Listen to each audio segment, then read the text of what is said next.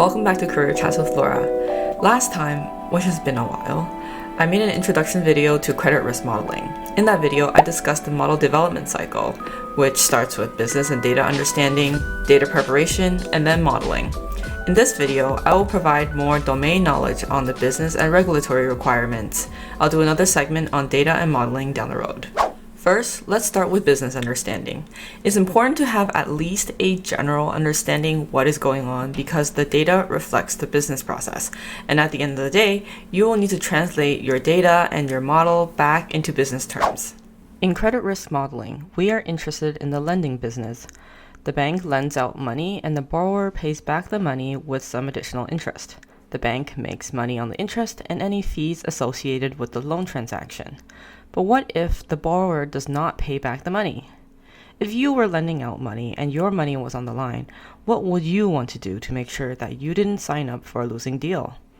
You want to make sure your counterparty has the ability to pay back. They should have a steady stream of income or something of value that you can sell to recuperate any potential losses. When a borrower first fails to make a payment on their loan, they are considered to be delinquent. Being delinquent is not great since it could impact your credit score. Plus, the bank will start knocking on your door to ask for your payment. However, if you manage to make your payment, then you can go back to performing status. The bank will typically try to give the borrower a chance before writing them off and closing their account for good. If the borrower does not make their payment by a certain period of time, for banks it's typically 90 days to 180 days depending on the type of borrower and the type of loan, then the borrower is considered in default by the bank and things can get ugly. At this point, the bank may write off the remaining loan balance as a loss or seize any collateral the borrower put up for the loan to try to recoup the loss, and the borrower's credit score will have a significant negative impact. Connecting these business processes back to credit risk modeling, we'll be working with the data generated through these processes.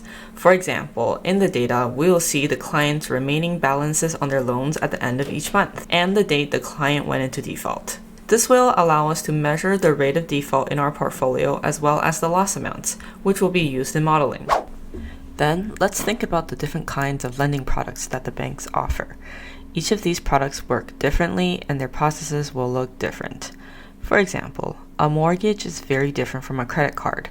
A mortgage is typically a big amount to be repaid over a long term, and it's backed by real estate as the collateral. This is a different process and has a different risk profile compared to credit cards, which typically have much lower balances and are expected to be paid back in the short term.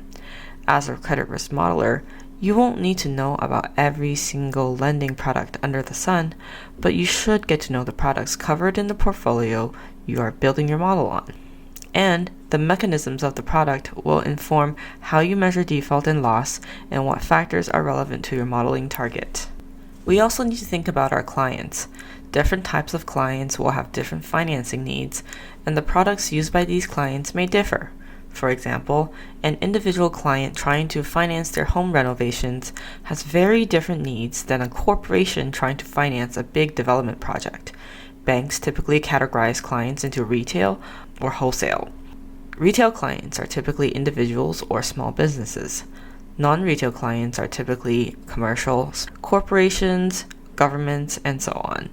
Retail and wholesale clients will have different risk factors, so typically we build models separately for the retail and wholesale clients. When you work on your model, you will typically have a business stakeholder who can help provide you that business understanding. You'll want to get an understanding of the portfolio and the products, as well as a detailed understanding of how they handle defaults and their collection process, when they recognize losses, and how that is reflected in the data. A key part of being able to measure a client's credit risk is to have a credit risk rating system. Simply put, this is the bank giving a credit score to each of its clients. The score could be a number or a grade like AAA, and clients with better scores have lower credit risk. Data-driven models can also be developed for the purpose of credit risk scoring or rating. This allows the bank to differentiate its client's credit risk and use this risk differentiation to make pricing, adjudication, and risk management decisions. However, we can't just stop at credit risk rating and scoring because ultimately we want to answer the question, how much could we lose? When we measure credit losses, there are two types of losses we're interested in: expected losses and unexpected losses. Expected losses are the losses the bank expects to lose under certain defined situations, typically under specific scenarios or economic conditions.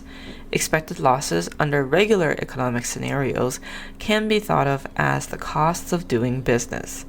The bank will need to take on a certain amount of risk and expect a certain amount of losses in order to acquire more clients and do more business.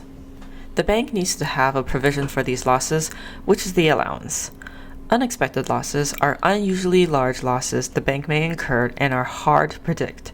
The bank needs to plan ahead and hold capital to ensure that it doesn't run out of cash from incurring these additional losses. The calculations of expected losses and unexpected losses typically depend on three parameters, and in credit risk modeling, we try to model these parameters: the PD, LGD, and EAD. For expected losses, the formula is simply PD times LGD times EAD. For unexpected losses, the formula is more complex, and it's meant to be a level standard deviation above the mean loss at a specified confidence level. But it also uses PD, LGD, and EAD in the formula. If you want to learn more about the unexpected losses formula, I have linked a BIS paper below. It's quite technical and it's aimed at audiences that know statistics. Regulations are a big part of credit risk modeling because regulators want banks to have a more or less consistent way of measuring their credit losses and holding sufficient capital and allowance against financial risks. Regulators have to make sure banks are not pulling numbers out of their asses because financial crises happen when institutions pull numbers out of their asses to cover up risks. The key banking regulator in Canada is the Office of the Superintendent of Financial Institutions, OSFI for short. There are accounting standards, capital rules, stress testing rules, and they're pretty dry to read. If you have trouble falling asleep, I recommend reading the Basel Accords, capital rules, IFRS 9 provision for credit losses, and OSFI guidance on stress testing. You don't have to know about this stuff to be hired into a credit risk modeling team, but once you're on the team, you need to pick this up. The Basel Accords are a series of sequential banking regulation agreements set by the Basel Committee on Bank Supervision, the BCBS. The local Canadian version of these rules are the capital adequacy requirements from our regulator, OSFI. As the name suggests, these are rules on how much capital a bank needs to hold relative to the financial risks on their books. Really aggressive banks will try to minimize their capital so that they can use that money to do more business at the cost of more risk, and the Basel Accords put a limit on that. IFRS 9 is a set of accounting rules that specify how an entity should classify and measure financial assets, financial liabilities, and some contracts to buy or sell non-financial items. The provisions for credit losses is the part that's relevant to credit risk modeling, particularly expected credit losses. These rules stipulate that expected credit losses should take into account forward-looking events as opposed to simply based on past losses. Stress testing is a risk management technique used to evaluate the potential effects of specific, extreme but plausible scenarios on an institution's financial condition. It's basically trying to answer how much would our losses be if this specific scenario happened. Regulators typically come out with specific scenarios that banks need to test, report back their results, and explain how the bank is equipped to face these scenarios. That was some further background on the business understanding phase of credit risk modeling. If you found this video helpful, please leave a thumbs up and subscribe. If you have any further questions, feel free to leave a comment down below. Thanks for watching. Bye.